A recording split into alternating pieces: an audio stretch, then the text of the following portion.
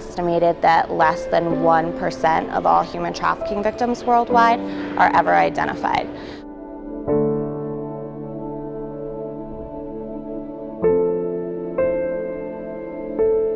On the sex trafficking side, it varies. It can range from very organized networks. We've seen cases with organized groups like MS-13, different Mexican cartels trafficking people, or it can be very informal networks. So it might be someone who only is trafficking one person, and the victim considers their exploiter to be their boyfriend or their husband. Or it could be a family member. So it kind of runs the gamut. Now we are seeing more and more deceptive tactics, especially on the financial side of things, as different options for online payment are available. So we will see different things that weren't available in the past. On the labor trafficking side, it's pretty consistently been domestic work and trafficking within domestic work. That's the most common form. So these are individuals who are really living as slaves within the houses of very rich and powerful people. There have been several diplomats who've actually been implicated in trafficking their domestic workers.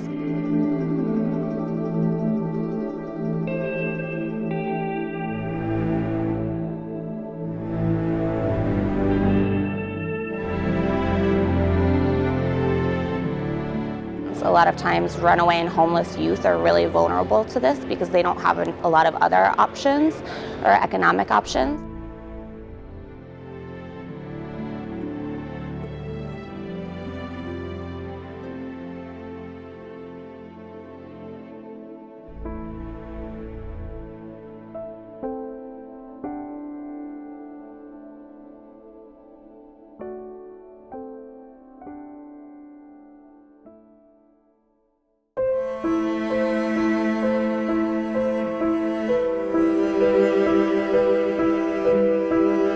So I would say there are two main things that come to mind that make engagement with financial institutions on this issue extremely important.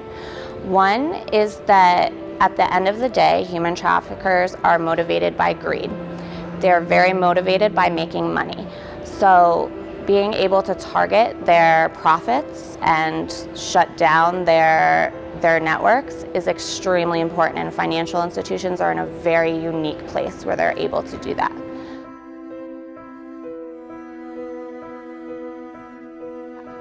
The other thing to remember is that this is an extremely complex crime involving people. Whenever you prosecute a crime where there is a person as the victim, you are often very reliant on them testifying and cooperating with your investigation. But these are people who have been through so much trauma and are oftentimes very afraid of coming forward. So if prosecutors can focus on the financial crimes, that might not be a human trafficking case per se, but it still disrupts that trafficker from doing what they were doing. And it does not involve witness testimony or victim testimony. Financial institutions are used to looking at organized crime, used to looking at cartels and groups like that, but to remember that a lot of times traffickers aren't who you would expect. It could be an individual, as I said before, it could be a diplomat, it could be a company that looks legitimate, but they're actually hiring their workers through a foreign labor recruiter that is charging really exploitative fees to people who want to come to the U.S. to work, and then threatening them if they are not able to pay off that debt. So I think expanding the idea of who could be a trafficker and really educating themselves on what those different types of trafficking look like.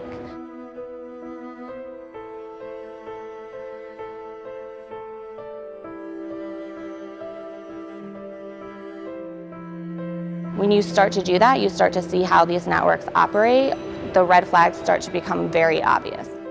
We just put out a report on different networks that were operating out of Houston, Texas within cantinas. So they appeared to be restaurants from the outside, but inside sex trafficking was happening. And the Houston police were extremely successful. Law enforcement in Houston were extremely successful in prosecuting those cases. So when we have information, because a lot of times we have information that people don't want to report to law enforcement, if we can pass it on to law enforcement, they can investigate it. It's a very helpful relationship because we have access to information they would probably never get. The people who call us tend to be very afraid of ever reporting to law enforcement.